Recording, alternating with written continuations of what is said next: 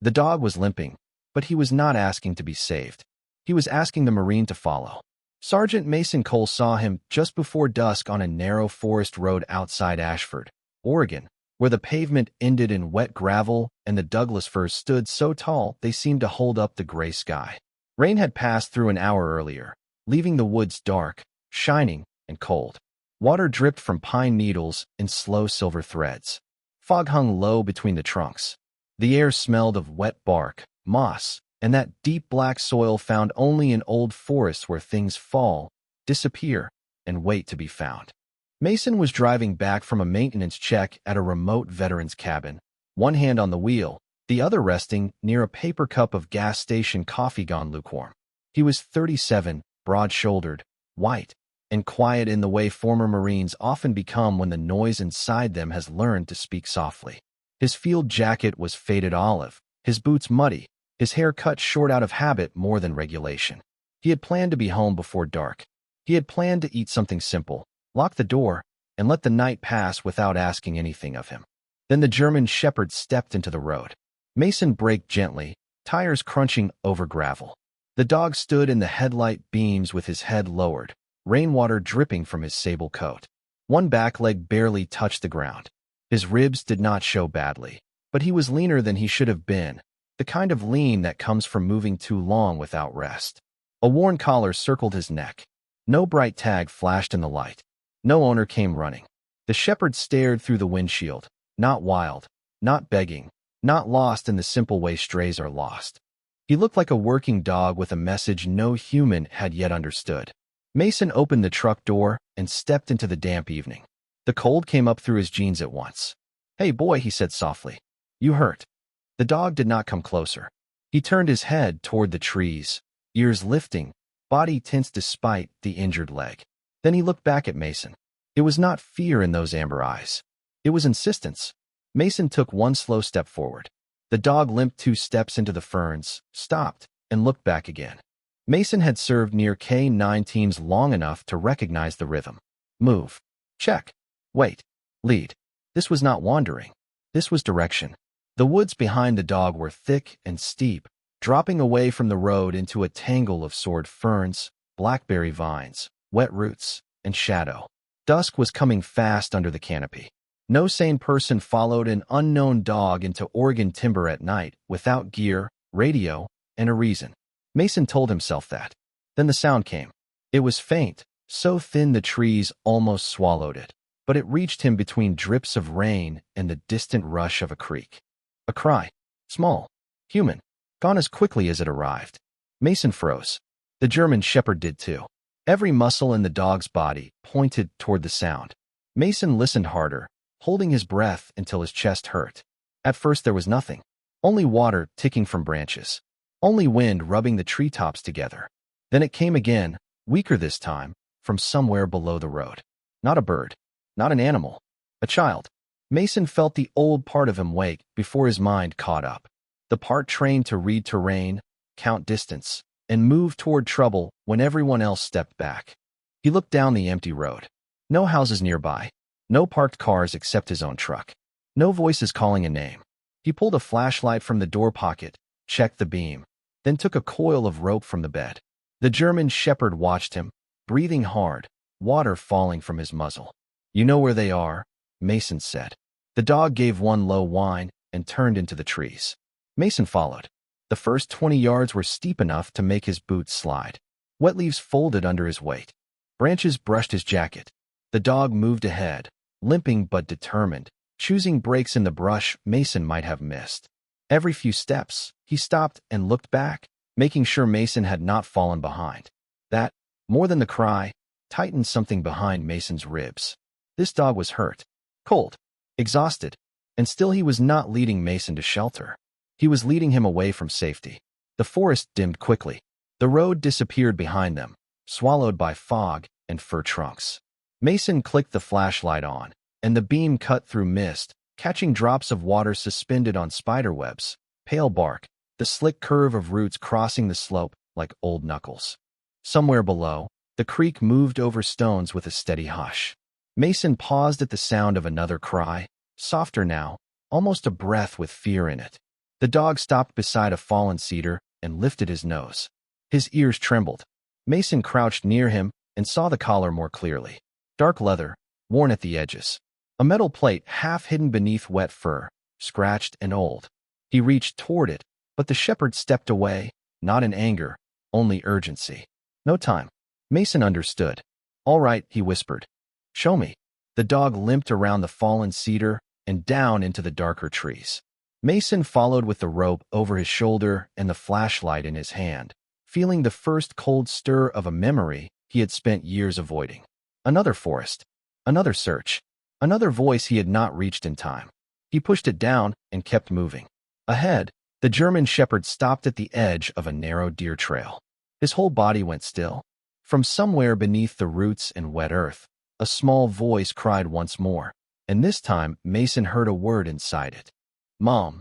The dog looked back at him, amber eyes bright in the fading light, and Mason knew the evening had just become a mission.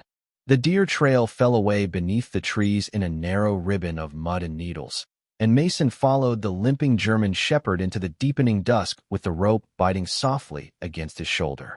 The dog moved with purpose despite the injured leg, placing each paw carefully, stopping at every bend to listen, then looking back with those steady amber eyes until Mason caught up. It was the way trained dogs worked when they had already found the edge of something important. They did not waste motion. They did not explain. They simply led. Mason kept the flashlight low, sweeping the beam across roots, wet leaves, loose stones, and shallow prints filling with rainwater. The forest seemed to close behind him. The road was gone now, hidden above the slope, and the last pale light of evening had thinned into gray. Somewhere ahead, the creek whispered over rock, not loud, but constant, the kind of sound that could hide a voice if a person was not careful. Mason stopped and lifted one hand. The dog stopped too. They listened. A drop of water fell from a branch onto Mason's collar. Another landed on the metal flashlight. Farther down the slope, the cry came again, weaker than before. Not a scream. Not loud enough for anyone on the road to hear. A small, tired sound that rose from the earth and faded into the trees. The German shepherd gave a low whine and pressed forward. Mason's chest tightened. He had heard fear like that before, stripped down to one word, one breath, one last hope that somebody was close enough to answer. I hear you, he called, keeping his voice calm. Stay with me. I am coming. The forest gave nothing back for several seconds. Then a child's voice, thin and shaking, answered from somewhere below the roots. Mom. Mason crouched beside a mossy stump, scanning the slope. The sound did not come from the open trail. It came from beneath it, or just beyond it, where a cluster of old fir roots gripped a bank of soft earth. The dog knew it before Mason did. He limped toward the root mass, stopped at the edge, and lowered his nose to a dark gap, half hidden by ferns. The opening was small, no wider than a feed sack, shadowed under a web of roots and washed-down leaves. Mason moved closer and saw where the ground had slumped after the rain, forming a narrow hollow beneath the tree. Not a deep hole, but deep enough, hidden enough. A child could slip there and vanish from sight within 10 feet of the trail. Good boy, Mason whispered. The shepherd did not look at him. He lay down at the edge of the hollow, body flat despite the mud, and stretched his muzzle toward the darkness. A small hand reached up from below, stopped short of the dog's nose, then disappeared. Mason's heart kicked hard. Alive. He lowered himself onto his stomach, ignoring the cold mud soaking through his jacket, and shone the flashlight into the gap at an angle. At first the beam caught only roots, clay, and glistening stones. Then he saw her. A little girl, maybe 5 years old, white, with a pink knit hat half slipped over damp blonde hair, crouched in a cramped pocket under the root shelf. Her jacket was muddy, her cheeks wet, her eyes wide with the exhausted shock of a child who had cried too long. She was holding one mittened hand against her chest and trying very hard not to move. Hey there, Mason said softly. My name is Mason. The dog brought me to you. The girl blinked at the shepherd, then at the light. Scout. Mason looked at the German shepherd. The dog's ears lifted at the name. Scout. So he had a name, and the child knew it. That is right, Mason said, though he did not yet understand how. Scout is right here. The girl's lip trembled. I fell. I know. You are doing real good. I want my mom. We are going to find her. Mason studied the hollow. The soil above the child was wet and heavy. If he reached too far or pulled too quickly, more earth could slide into the space. If he waited too long, the temperature would do its quiet work. The air under the roots smelled of cold clay and rainwater. He could hear the child's teeth chatter between breaths. "What is your name, sweetheart?" he asked. "Lily. Lily, I need you to stay very still for me. Can you do that?" She nodded, then looked at Scout. He came back. Mason glanced at the dog. Scout was breathing hard now, his injured legs stretched awkwardly behind him, but his focus never left the girl. "He came back for you?" Lily nodded again. "He was by the fence. I followed him because he was hurt. Then I slipped." Mason let the words settle. The dog had not simply found her. Somehow, after getting hurt himself, he had gone for help and chosen the first person who could understand. Mason reached for his phone. One bar flickered at the top of the screen, then vanished. He shifted 2 feet uphill and tried again. No service. Of course. The trees were thick, the valley low, the evening getting darker by the minute. He looked back toward the slope they had descended. Returning to the truck would cost time. Staying without backup had its own cost. Scout suddenly lifted his head and gave one short bark toward the trail above them. Mason turned. Through the trees, a distant voice called a name, broken by panic and wind. "Lily," the child gasped. "Mom." Mason stood halfway, careful not to disturb the bank. "Over here," he shouted. "Follow my light, but move slow." Branches cracked above. A woman's figure appeared between the firs, stumbling down the slope in a Forest Service rain jacket, blonde hair loose around a face drained of color. Behind her came a deputy in a tan jacket, breathing hard, one hand gripping a radio that crackled with static. The woman saw Mason first, then the dog, then the hollow. "Lily," she cried, but Mason raised his hand. "Careful. The ground is soft. Stay back from the edge." Every part of her wanted to run to the opening.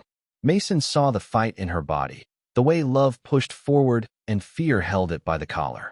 She stopped 3 feet from the root shelf, trembling so hard the beam of her flashlight shook across the trees.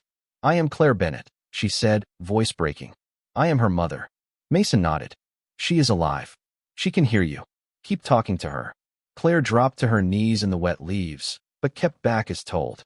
"Lily, baby, I am here. I am right here." From the hollow, the girl began to cry again, softer now because the voice she needed had found her.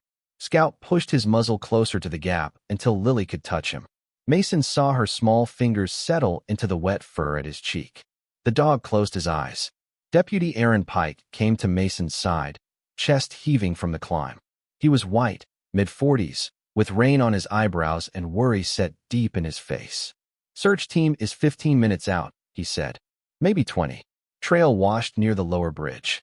Mason looked at the darkening sky, then at the fragile shelf of roots above Lily. 15 minutes could be safe. 15 minutes could be too late. Beneath the tree, Lily whispered Scout's name as if it were the only warm thing left in the woods. Mason uncoiled the rope from his shoulder. "Then we start now." Mason tied the first loop around a thick fir trunk 10 feet uphill from the hollow, choosing one with roots that gripped the slope like old hands. He pulled once, then twice, testing the rope until the bark creaked softly but held.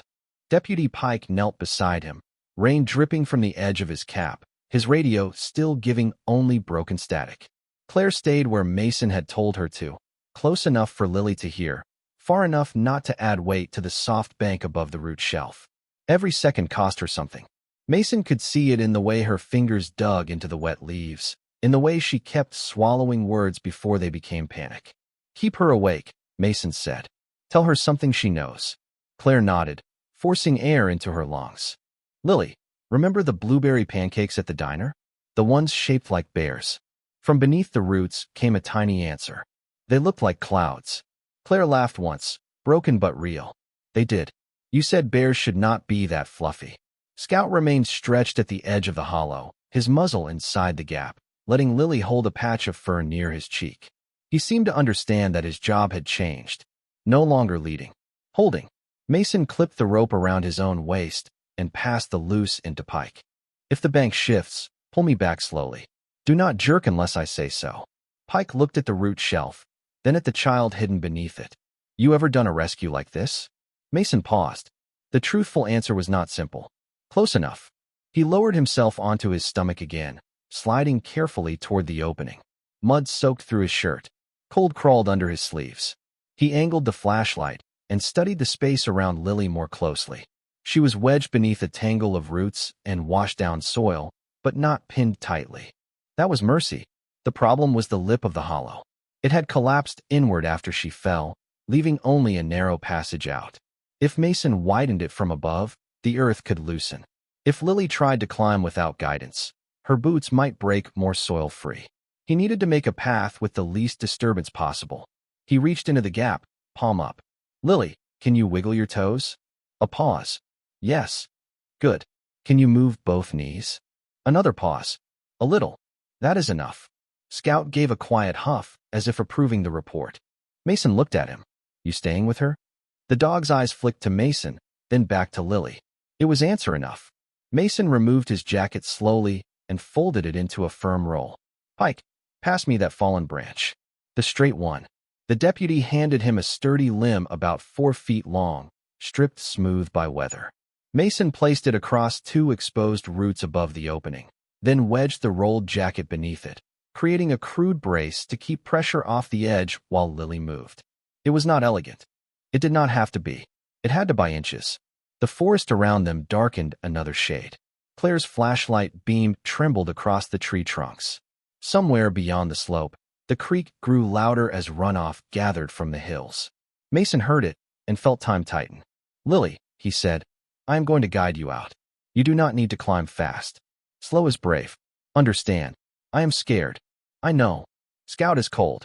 Mason looked at the dog. Scout's coat was soaked, his injured leg trembling where it rested against the mud. Still, he did not pull away from the child's hand. Scout is a Marine at heart, Mason said. He will not leave his post. Pike looked sharply at the dog's collar as the word landed. With his free hand, the deputy brushed wet fur away from the metal plate near Scout's neck. The beam of his flashlight caught scratched letters. Pike leaned closer. His face changed. Mason. Mason did not look away from the hollow. Not now. You need to see this. Mason glanced once. The collar plate was worn, but the first line was clear enough. Search Unit 9. Below it, the name Scout. Beneath that, nearly swallowed by scratches, another name appeared. Lieutenant Owen Harper. Pike's voice lowered. I know that name. Claire stopped speaking for half a second. Mason's hand remained steady inside the gap, but something in his chest shifted. Names attached to working dogs were never casual. They were bonds hammered into daily trust. Tell me while I work, Mason said. Pike swallowed. 3 years ago, winter storm north of Mount Hood. Marine veteran, volunteered with search and rescue. Lieutenant Owen Harper and his K-9 found a missing boy near a ravine. The boy lived. Harper did not make it back with the team. The forest seemed to quiet around the words. Claire stared at Scout, her mouth slightly open. Beneath the roots, Lily whispered, Scout saved somebody before? Mason looked at the shepherd. Scout's eyes were half closed now as Lily held him, but his ears had moved at the sound of Harper's name. A memory passing through the body. A bell only he could hear. Yes, Mason said softly. I think he did. Lily breathed in, shaky and small. Then he knows how. That nearly undid him. Mason pressed his palm against the mud until the feeling passed. He knows exactly how. He reached farther into the hollow. Now you and I are going to help him finish this one. Claire resumed talking, her voice stronger because Lily had given her something to stand on. She told her daughter about the warm quilt on her bed, about the porch light they left on during storms, about how the maple tree outside their kitchen was turning orange. Mason used the rhythm of her voice to guide each movement. Lily, slide your right hand toward Scout. Good. Now your left elbow toward my glove. Good. Stop there. The child obeyed with heartbreaking concentration. Mud smeared her sleeve. Her breath came in small white puffs in the cold air. Scout nudged her fingers whenever she hesitated. Each time, she moved again. Mason kept one hand under the edge of the soil, feeling for shifts. Twice, tiny clumps fell against his wrist. Twice, he stopped everyone, waited, listened, then continued. Pike held the rope with both hands, jaw clenched, eyes moving between Mason, the tree, and the failing light. Search team just reached the upper road. he said after his radio spat a clearer burst. 10 minutes. Mason looked at Lily's pale face in the flashlight beam. 10 minutes was still a long way away. We keep going.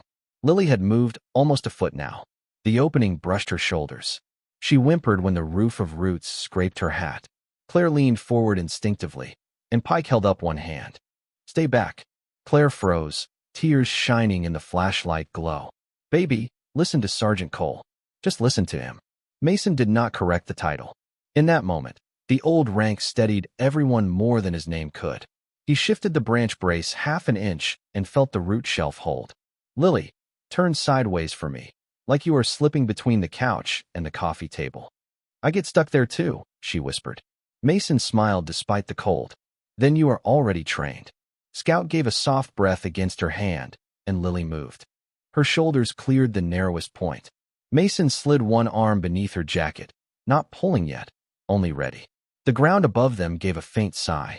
Everyone stopped. The creek below whispered louder. The forest waited. Mason looked at Scout. The shepherd lifted his head, amber eyes bright and tired, and placed his injured paw carefully against the root, as if helping hold the world in place. Mason leaned close to Lily. When I count to 3, you reach for me and keep your eyes on Scout. Lily nodded. Claire whispered her daughter's name like a prayer. Pike tightened the rope. Mason counted softly. 1, 2, 3. Lily reached on 3, not with strength, but with trust. Her small hand slipped from Scout's wet fur and found Mason's glove in the dark mouth of the hollow. Mason closed his fingers around hers gently, then slid his other arm beneath her jacket, careful not to lift too soon. The root shelf above them gave another soft sigh, and for one breath every living thing in that patch of forest seemed to hold still. Claire froze with both hands pressed against her chest. Deputy Pike leaned back on the rope, not pulling, only ready. Scout stayed low beside the opening, his injured paw braced against the exposed root, his amber eyes fixed on the child, as if his gaze alone could keep the earth calm. Slow, Mason whispered. Just like we practiced. They had practiced nothing, not really, but fear needed the sound of a plan. Lily moved an inch. Mud tugged at the back of her jacket. Mason freed it with 2 fingers. She moved again. Her boots scraped softly against the clay. Scout nudged her wrist when she stopped, and that was enough. Another inch.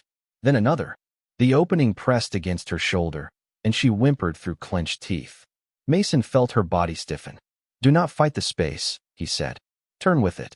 Like sliding under a picnic table. I do not like picnic tables, Lily whispered. Then we will blame the table later. It was a foolish thing to say, but Claire made a sound that was almost a laugh and almost a sob, and Lily breathed again. Mason waited for that breath, then guided her sideways. Her shoulder cleared. Her second arm came free. For the first time, Mason could see her whole face in the flashlight glow, pale and streaked with mud, but awake. Awake mattered. Awake was a miracle still choosing to stay. Pike murmured, "You are close." Mason ignored the hope in the words. Hope could make hands rush. He did not rush. He shifted his weight backward by half an inch, letting the rope take some of him, then drew Lily toward the open air with the patience of a man lifting something breakable from a river. The root shelf creaked. A small spill of wet soil slid down behind Lily's boots and fell into the hollow where she had been. Claire gasped, but Mason's voice cut through soft and firm. Eyes on Scout, Lily. The girl turned her head. Scout, trembling from cold and effort, pressed his nose to her sleeve. Lily locked onto him. That was all she needed. Mason pulled once, smooth and slow, and Lily came free of the hollow into the wet leaves. Claire cried her name and started forward, but Pike held her back for one more second while Mason moved Lily away from the edge. Only when they were clear of the root shelf did he nod. Claire crossed the distance on her knees and gathered her daughter into her arms with a care so fierce it looked like prayer. Lily disappeared against her mother's rain jacket, small hands clutching at the fabric, face buried where she had wanted to be since the first cry. I am here, Claire kept saying. I am here, I am here, I am here. Mason rolled onto his back for 1 second, staring up through the dark fir branches. Rainwater clung to the needles above him, each drop catching the last of the gray light. His breath came out rough. For a moment, the forest blurred, and he was not in Oregon anymore. He was in another tree line years ago, hearing another voice fade under wind and distance, feeling the old helplessness rise like cold water. Then Scout made a sound. Mason turned his head. The German shepherd had tried to stand, but his injured leg folded beneath him, and he sank back into the mud with a quiet whine. Not dramatic, not loud, just spent. Lily heard it even through her mother's arms. She lifted her face. Scout. The dog's ears twitched, but he did not get up. Mason pushed himself to his knees and moved to him. Up close, the shepherd's body shook hard now, all the strength he had borrowed finally being called back. Mason slid one hand under the dog's chest and felt the rapid heartbeat beneath wet fur. You did good, he said quietly. Scout's eyes found his, and for the first time since Mason had seen him on the road, the dog seemed unsure what came next. Leading was over. Holding was over. The mission had changed again, and maybe that was the part no one had taught him. Deputy Pike called into his radio, finally catching a clear signal. Child located. Alive. We need medical support at the lower trail and veterinary support if available. German Shepherd K9, injured but responsive. He paused, then looked at Scout's collar again. His voice softened when he added, possible identification connected to Lieutenant Owen Harper. The name moved through the little clearing like wind through pine needles. Claire looked up from Lily, her face wet and stunned. Owen Harper? Pike nodded slowly. He served with search and rescue before he passed. His dog vanished after the memorial. Folks thought Scout had gone into the mountains and never came out. Lily, wrapped in her mother's arms, reached one hand toward the shepherd. He came out for me. No one answered because there was nothing better to say.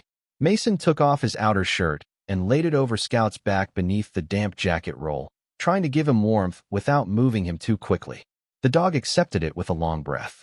The search team lights appeared above the slope then, bobbing through the trees like small stars descending. Voices called down. Boots slid through mud.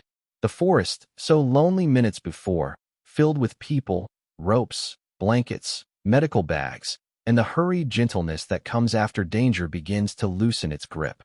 Lily was checked first. The medic wrapped her in a thermal blanket and asked simple questions. Her name, her age, the color of her bedroom. She answered each one in a whisper, never taking her eyes fully off Scout. When they lifted her to carry her toward the trail, she reached for Mason's sleeve. Do not leave him. Mason looked at Scout, then back at the child. I will not. Lily seemed to believe him. She rested her head against Claire's shoulder and let them carry her uphill. Mason stayed with Scout until the clearing emptied around them. Pike remained too, holding the flashlight steady. Together, they made a sling from the rope and a rescue blanket, careful with the injured leg. Scout did not resist. He only watched the path Lily had taken. Mason understood that look. Some hearts do not know how to stop guarding simply because the person is safe. She is going home, Mason told him. You brought her all the way back. Scout blinked slowly. The tension in his ears eased. As Mason and Pike carried him up the slope, the first clear patch of evening sky opened above the trees. It was not bright, not yet, just a thin silver break in the clouds. But after the darkness under the roots, it looked like grace. They reached the forest road just as the last light drained behind the firs. The rescue team had turned Mason's truck and 2 county vehicles into a small island of warmth, headlights pointed toward the trailhead, amber hazard lights blinking against the wet trunks. Lily was already inside the back of an ambulance, wrapped in blankets, sitting on her mother's lap while a medic checked her temperature and asked gentle questions. Claire held her so tightly Mason wondered whether she would ever fully let go again. When Lily saw Scout being carried up the slope, she pushed one hand out from under the blanket. Scout, she called, her voice thin but alive. The German shepherd lifted his head from the rescue blanket sling. His ears rose at once. Even exhausted, even shivering, he tried to shift toward her. Mason tightened his hold carefully. Easy, boy. She is safe. Lily's eyes filled, not from fear now, but from the kind of relief children do not know how to carry. He needs a blanket too. One of the medics immediately handed Mason a dry thermal blanket, silver on one side, blue on the other. Mason wrapped it around Scout's soaked body, leaving his head free. The dog's injured leg trembled beneath the fabric. Claire looked from her daughter to the shepherd and pressed her lips together as if words were too small. Then she said, "Thank you." Mason nodded, but his eyes stayed on Scout. He is the one who found me. Deputy Pike opened the passenger door of his county sport utility vehicle and spread another blanket across the seat. Closest emergency veterinarian is in Bend, about 35 miles if the highway is clear. I already called. They are waiting. Mason looked at his truck, then at the ambulance, then at Scout. The shepherd's gaze had returned to Lily, steady and protective through the open ambulance doors. I will take him, Mason said. Pike hesitated. You do not have to. Mason slid one arm under Scout's chest and the other beneath his hips, lifting with care. Yes, he said quietly. I do. Scout did not resist. That trust landed heavier than the dog's weight.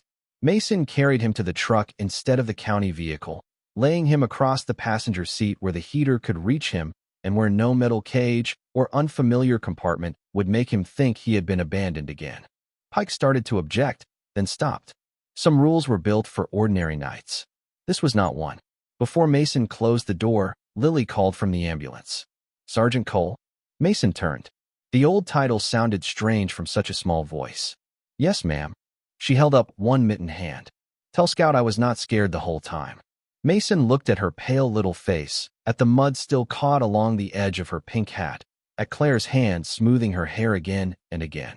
I will tell him you were brave, he said. Lily seemed to think about that, then nodded with solemn approval. He was brave too. Mason glanced down at Scout, who had lowered his head onto the seat but kept one eye open. He knows.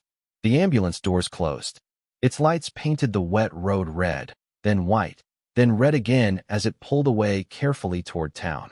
Scout watched until the glow disappeared around the bend. Only then did he let his eyes close. Mason climbed behind the wheel and started the engine. Warm air blew weakly at first, then steadier. The cab filled with the smell of wet fur, mud, pine sap, and old coffee. Outside, Deputy Pike leaned into the open driver's window. I will follow you to the clinic. Mason nodded. Pike looked toward Scout's collar. I am going to contact Owen Harper's sister in the morning. She deserves to know he is alive. Mason looked at the German shepherd, wrapped in the blanket, breathing shallow but steady. He has been alive, he said. I am not sure anyone noticed. Pike's face tightened with sorrow. Maybe tonight changes that. The drive to Bend felt longer than 35 miles. Rain returned in soft bursts, sweeping across the windshield, turning the highway into a black ribbon under the headlights. Scout slept for a few minutes at a time, then woke suddenly whenever the truck passed a dark stand of trees or a dip in the road where water gathered. Mason kept one hand on the wheel and the other resting near the dog's shoulder, not gripping, not demanding, just present. She is okay, he said each time Scout stirred. Lily is with her mom. The dog would breathe in, listen to Mason's voice, and settle again. Halfway there, they passed a sign for Mount Hood Search and Rescue Memorial Highway. Mason noticed Scout's ears move before he noticed the sign. The dog lifted his head weakly, staring into the rainy dark beyond the glass. Mason slowed without meaning to. For a moment, the road ahead blurred with memory. Pike's words returned. Lieutenant Owen Harper. Winter storm. Missing boy. Did not make it back. Mason had never met the man, yet the outline felt familiar. A person goes into the woods because someone else cannot get out. The world celebrates the saved and buries the one who paid the cost. The dog remembers both. At the emergency veterinary clinic, Dr. Ellen Marsh met them beneath a covered entrance with a rolling cart and a calm voice. She was white, in her late 50s, with silver hair cut short and a face lined by years of midnight calls. This must be Scout, she said. The dog opened his eyes at his name, but did not lift his head. Mason helped transfer him inside. The clinic smelled of antiseptic, warm towels, and clean metal, a sharp contrast to the wet forest still clinging to both of them. Dr. Marsh examined Scout with gentle efficiency. Strained rear leg. Paw pad torn, but not severe. Mild hypothermia. Dehydration. Old scars under the fur from a hard life outdoors. Nothing that spoke of cruelty. Everything that spoke of survival. When she listened to his heart, Scout turned his eyes toward Mason, asking without asking whether this place was safe. Mason stepped closer. I am here. The dog stopped trembling quite so hard. Dr. Marsh looked up. He is older than he looks in the face, maybe 7 or 8. Strong heart. Strong will. He needs rest, fluids, warmth, and someone he trusts nearby. Can I stay? Mason asked. I was hoping you would. So Mason sat on the clinic floor beside the warming pad, while Scout rested under clean blankets. Hours passed in the slow language of machines humming, rain tapping glass, and the soft movement of veterinary staff checking vitals. At one point, long after midnight, Scout opened his eyes and reached one paw out from under the blanket. Mason placed his hand beside it. The dog rested his paw over Mason's fingers. No command, no training, just contact. Mason looked at the old collar still around Scout's neck. Search Unit 9. Lieutenant Owen Harper. He thought about Lily safe in her hospital bed. He thought about Claire singing through tears in the ambulance. He thought about a dog limping onto a road at dusk, still carrying a mission from a man who never got to come home. Mason bowed his head slightly, not because anyone told him to pray, but because some moments asked the body to become quiet. You found her, he whispered. Scout's eyes closed. Mason stayed there until morning light touched the clinic windows, pale and gold, and for the first time in years, the silence beside him did not feel empty. Morning came softly to the emergency veterinary clinic, not with birdsong or open sky, but with pale gold light sliding across the tile floor and touching the edge of Scout's blanket.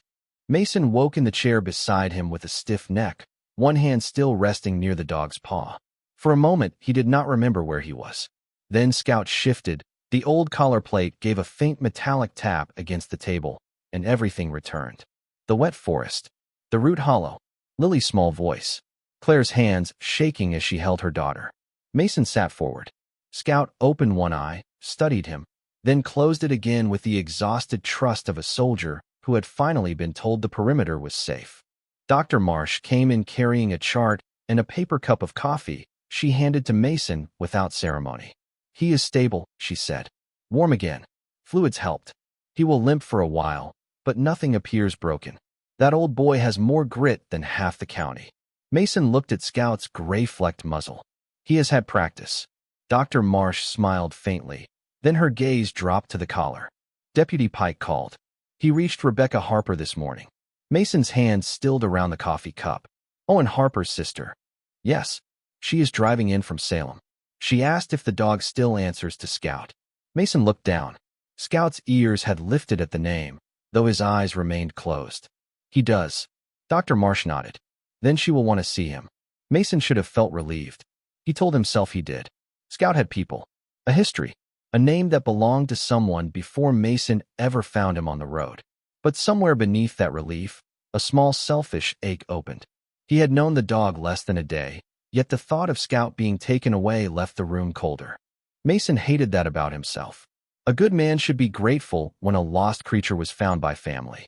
But grief and hope do not always ask permission before they sit down together. By late morning, Claire arrived with Lily.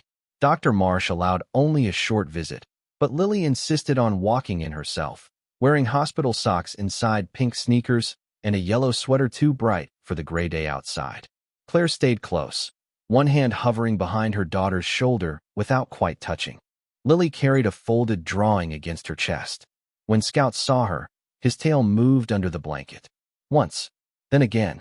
Lily's face lit in a way that made every tired adult in the room go still. Hi, Scout, she whispered. Mason helped her climb onto a low stool beside the table. She reached out carefully and touched the fur between Scout's ears. The shepherd sighed, not the guarded breath he had used all night, but something deeper, older, almost peaceful. Lily placed the drawing near his paw. It showed a forest made of tall green lines, a little girl under a tree, a man with a flashlight, and a large brown dog with a red cape. Above them, in crooked letters, she had written, "Thank you for finding me." Claire wiped her eyes and looked at Mason. She made it before breakfast. Lily frowned gently. The cape is because he is a hero. Mason crouched beside her. He will like that. Dogs can like pictures? The right ones. Lily considered this seriously, then looked at Scout. You came back even though your leg hurt. Scout's eyes softened, or maybe the light changed. Mason could not tell. Claire stepped closer. She was white, in her early 30s, still wearing the Forest Service jacket from the night before, now dry but creased, as if she had slept in it beside Lily's hospital bed. Deputy Pike told me about Lieutenant Harper, she said quietly. Mason nodded. Lily looked up. Was that Scout's first person? The room became still. Mason chose the words with care. I think he was Scout's partner. Lily looked back at the dog. Did he miss him? No one answered quickly. Dr. Marsh busied herself with the chart, though she was no longer writing. Claire pressed her fingers to her lips. Mason rested his hand on the table, close to Scout's paw. Yes, he said at last. I think he missed him for a long time. Lily leaned closer to Scout, her voice dropping to a whisper meant only for him and somehow heard by everyone. You can miss someone and still help somebody else. Mason looked away toward the window. Outside, rainwater still clung to the glass, but the sky had begun to clear over Bend. Children sometimes walked straight through doors adults spent years pretending were walls. Scout's paw moved, settling lightly against Lily's sleeve. Claire bowed her head. For a few minutes, nobody tried to turn the moment into anything else. Then the bell over the clinic entrance rang. Scout lifted his head before any person spoke. His ears came forward. His body, sore and tired moments ago, became alert in an instant. Dr. Marsh glanced toward the hallway. Footsteps approached, slow and hesitant. Deputy Pike appeared first, hat in hand. Behind him stood a woman in her late 30s, white, with auburn hair pulled into a loose braid and eyes red from a drive made through tears and memory. She stopped in the doorway when she saw the dog. One hand rose to her mouth. Scout, she said. The name came out broken. The German shepherd stared at her. For one long second, nothing happened. Then his tail moved once beneath the blanket. Rebecca Harper took 2 steps forward and knelt beside the table, careful, almost afraid to believe. It is me, she whispered. It is Rebecca. Owen's sister. Scout lowered his head toward her hand and breathed in. Scent did what photographs could not. His body changed. The tension left his shoulders. A small sound rose from his throat. Not quite a whine, not quite a greeting, something in between, shaped by 3 years of roads and woods and waiting. Rebecca covered her face and cried silently against his fur. Scout did not pull away. He leaned into her, and Mason felt the small selfish ache inside him become something gentler.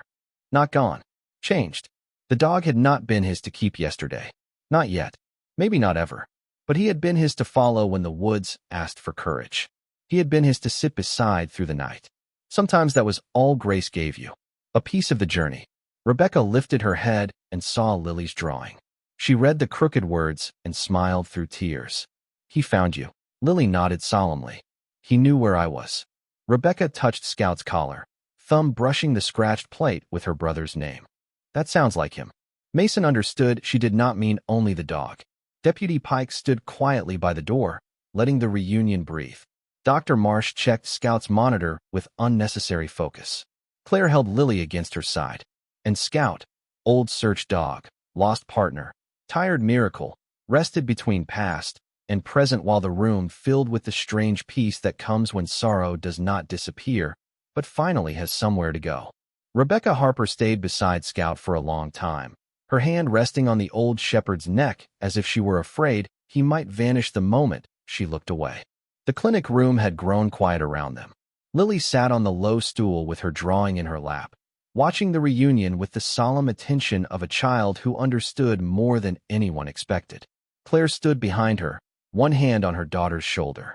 Deputy Pike leaned near the doorway, hat folded against his chest. Mason remained by the window, close enough for Scout to see him, far enough to give Rebecca the space grief had earned. At last, Rebecca wiped her cheeks and gave a small, trembling laugh. Owen used to say Scout could hear a lost child before the rest of us knew we were looking. She touched the scratch collar plate. He said the dog did not search with his nose first. He searched with his heart. Mason looked at Scout. The shepherd's eyes were half closed beneath Rebecca's hand, but one ear stayed angled toward Lily, as though even in rest he kept track of the child he had brought home. He still does, Mason said. Rebecca nodded. After Owen's service, Scout would not eat, would not sleep inside.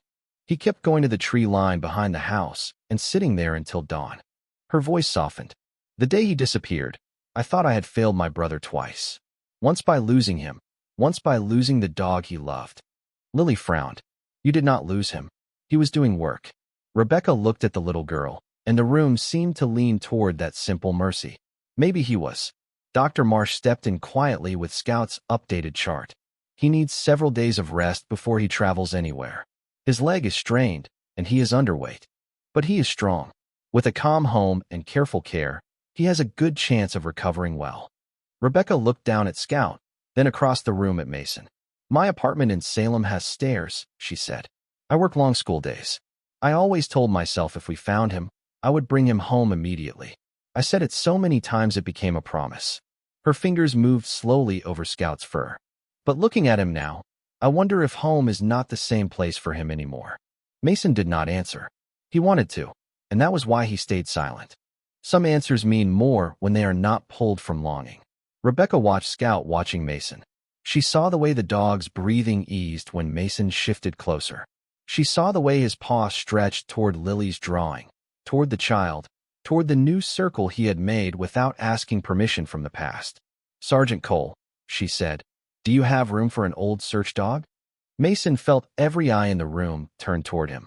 He looked at Scout first. Not Rebecca, not Pike. The dog lifted his head slightly, tired but alert, and held his gaze with that same insistence from the forest road.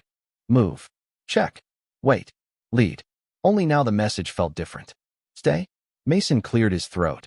I have a small place outside Ashford. Quiet. No stairs. Woods behind it.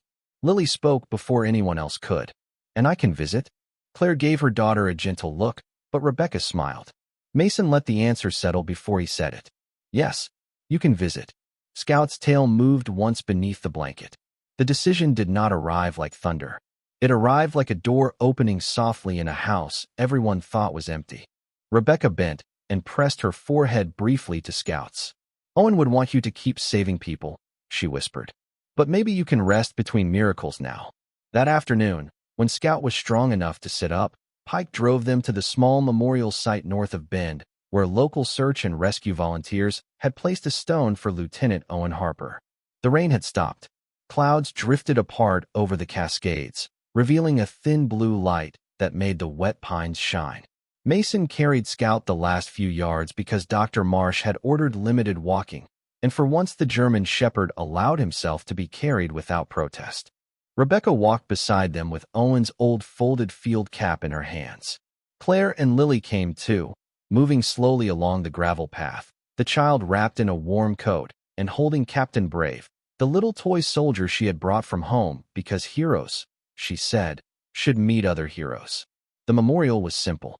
A flat stone beneath a cedar, engraved with Owen's name, his Marine service, and the words search until found. Moss had gathered along the edges. Someone had left a small American flag there, its cloth damp but bright. Mason set Scout down carefully in front of the stone.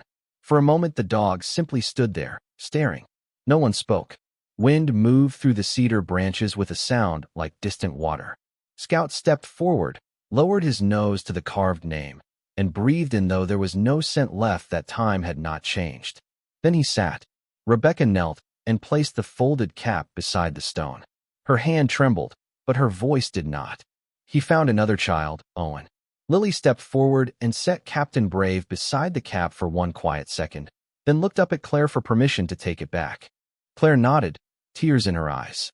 Mason reached for Scout's collar. The old plate still bore Owen's name, scratched but readable. He did not remove it. Not yet. It was not a thing to erase. It was a bridge. Instead, Rebecca took a new tag from her pocket, one Dr. Marsh had arranged at the clinic. It read Scout on one side. On the other, Mason Cole, Ashford, Oregon, with a phone number beneath it. Rebecca clipped it beside the old plate. The two tags touched with a soft chime. Past and present. Loss and shelter. Duty and rest. Scout turned his head at the sound, then looked at Mason. Mason knelt and placed one hand on the dog's shoulder. You are not replacing anybody, he said quietly. You are just coming home. Scout leaned into him then. Not much. Only enough for Mason to feel the weight. It was the first time the dog had asked for support instead of giving it. Claire covered her mouth. Pike looked away toward the trees. Rebecca closed her eyes. Lily smiled like she had witnessed the most sensible thing in the world. As they left the memorial, sunlight finally broke through the clouds and fell across the path in long pale bands. Scout walked only a few steps before Mason lifted him again, careful of the injured leg.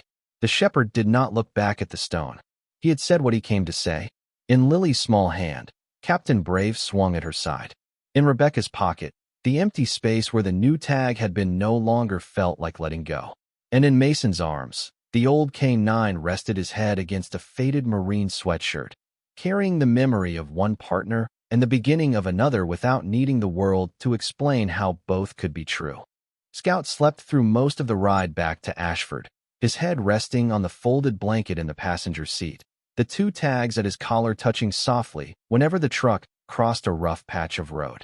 Mason drove with the windows cracked just enough to let in the clean smell after rain. The forest looked different in daylight. The same firs stood along the highway, tall and dark and ancient, but the shadows no longer seemed to be hiding something. Water shone on the branches. Mist rose from the low places. Far off, sunlight touched the ridges in pale gold, and the whole county seemed to be breathing out. Mason kept one hand on the wheel and one hand close enough for Scout to feel if he woke frightened. The dog did wake once when they passed the gravel road where he had first appeared. His ears lifted. His body stiffened. Mason slowed the truck, not stopping, only giving the moment room. The entrance to the deer trail was marked now with yellow caution tape and fresh boot tracks from the search team. A county vehicle sat near the shoulder.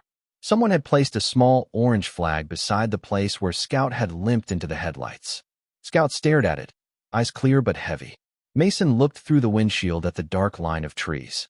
"She is not there anymore," he said quietly. "You brought her out." Scout listened. The tension in his shoulders eased by degrees, like a knot loosening under patient hands. When Mason pressed the gas again, the dog did not look back. The small house outside Ashford sat at the end of a gravel drive bordered by wet ferns and cedar posts. It was not much, just a single-story cabin with a green metal roof, a porch that needed sanding, and would smoke stains above the chimney from winters before Mason had lived there. But it was quiet. There were no stairs. Behind it, the forest rose gently instead of falling away, open enough for light to move between the trunks. Mason carried Scout inside because Dr. Marsh had been clear about rest, and because the dog had given enough proof of bravery for 1 week. The house smelled of coffee, old leather, firewood, and cedar. Scout lifted his head as Mason brought him through the door, taking in the room with careful eyes. A couch with a folded quilt, a small kitchen, a row of marine photographs turned slightly away from direct light, a pair of boots by the back door. No shouting, no crowd. No kennel. Mason had placed a thick dog bed near the wood stove that morning, still uncertain whether Scout would use it. He set him down gently. Scout stood for a moment on 3 steady legs and 1 tender one, looking at the bed as if comfort were a command in a language he had forgotten. Mason lowered himself to the floor beside it. "No rush," he said. "You can inspect the whole place if you want." Scout took 2 slow steps, sniffed the edge of the quilt, the table leg, the old boots, then returned to the bed and circled once, twice. On the 3rd turn, he lowered himself with a long sigh. Mason felt something unclench in his chest that he had not known was waiting.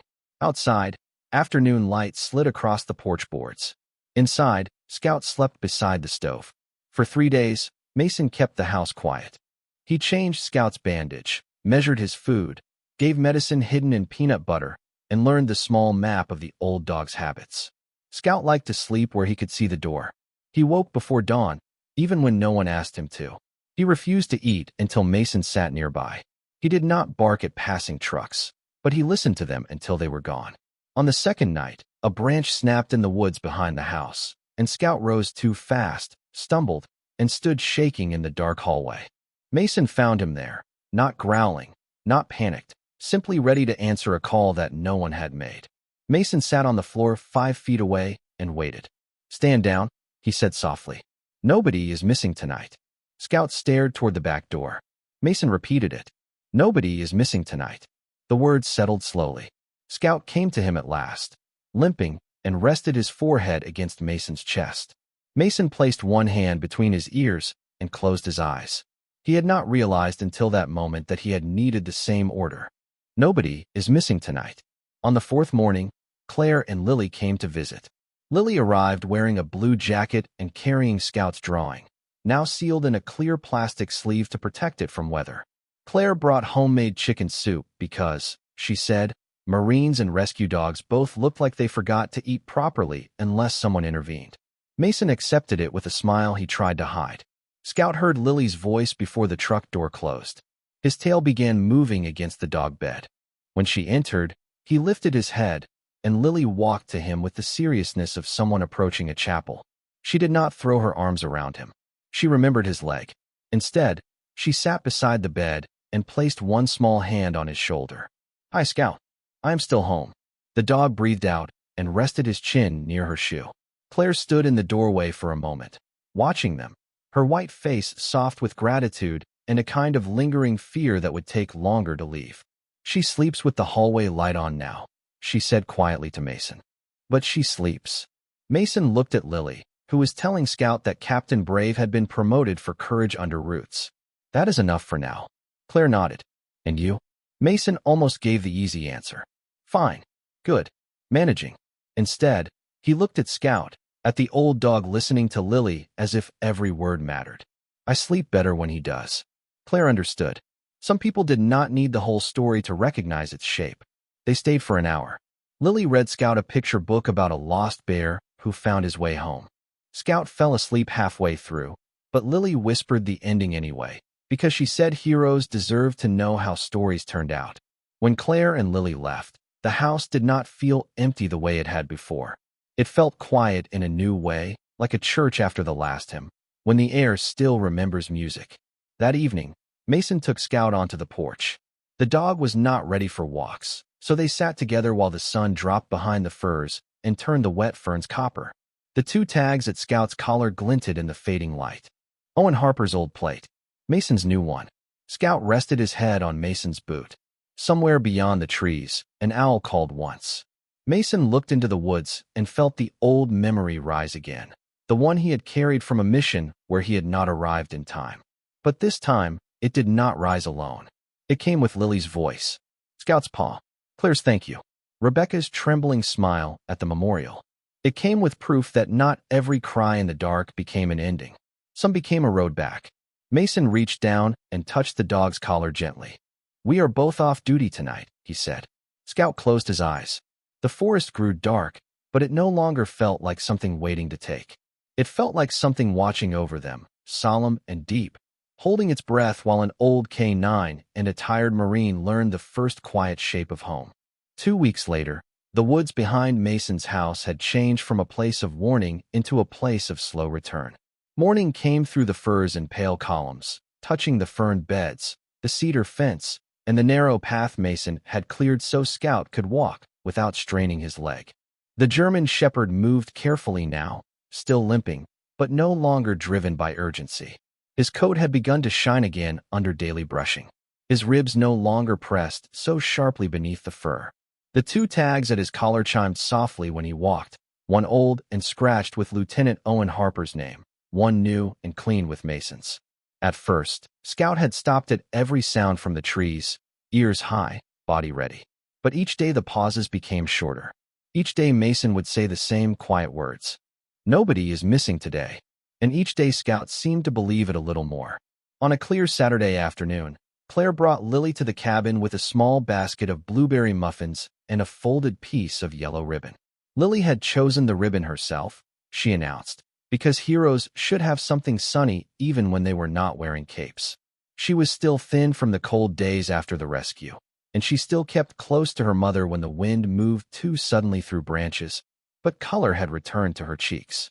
Children heal and brave, uneven steps. One morning they laugh. One night they ask for the hallway light. Both are true. Scout met her at the porch with his tail moving slowly, careful not to jump, as though Dr. Marsh's instructions mattered more coming from Lily than from any adult.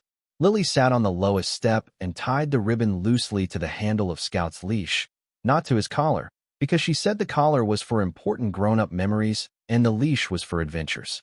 Mason watched from the doorway, coffee in hand, feeling the house grow fuller without becoming loud.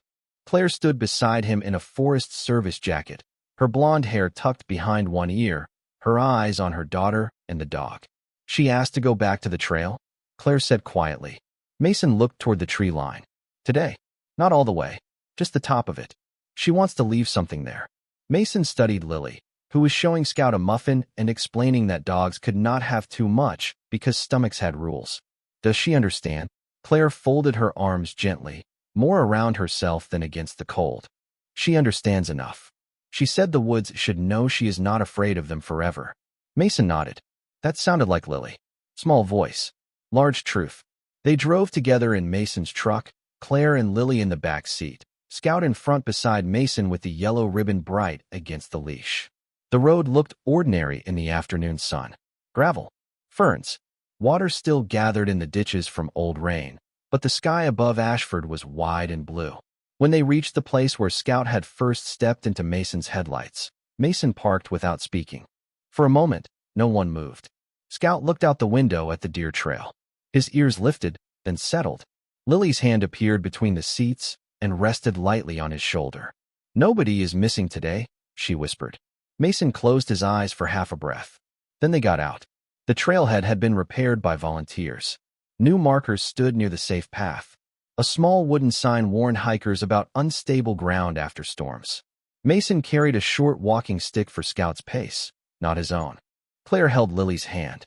They did not descend far, just 20 yards into the trees, far enough for the road to soften behind them and the forest smell to rise around them again.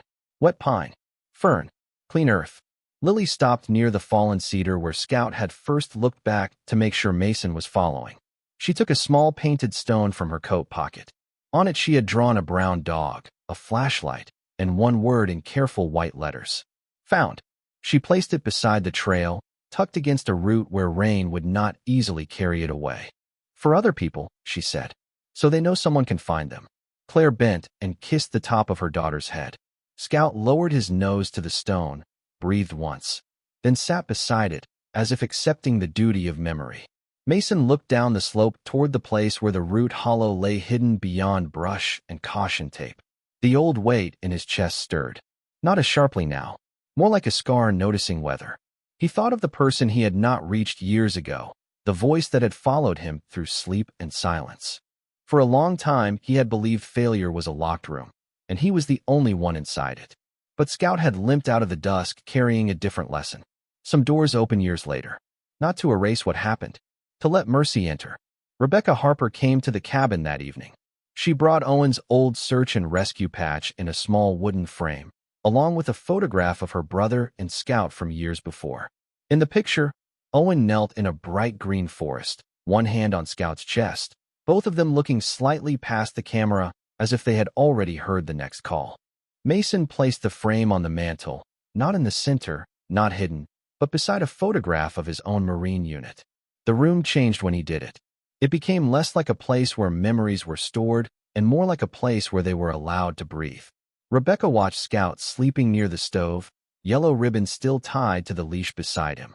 "He looks peaceful," she said.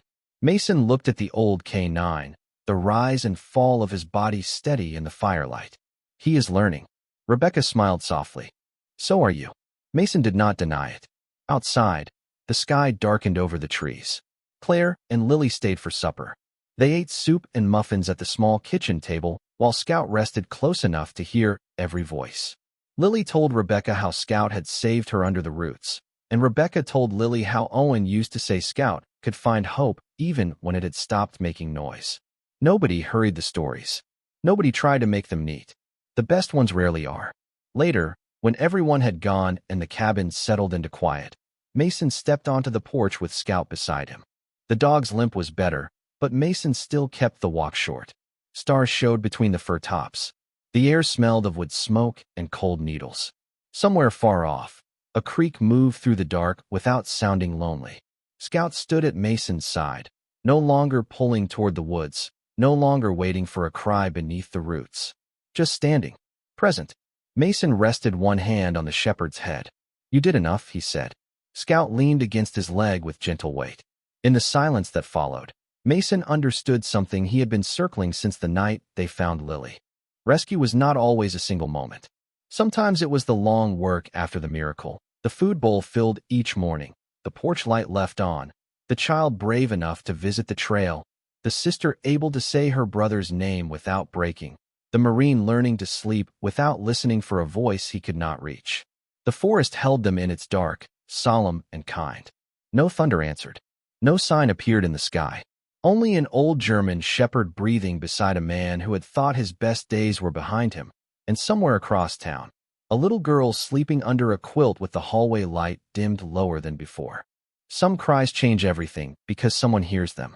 Some promises are kept by hands, some by paws, and some miracles arrive limping out of the woods, asking only that we follow.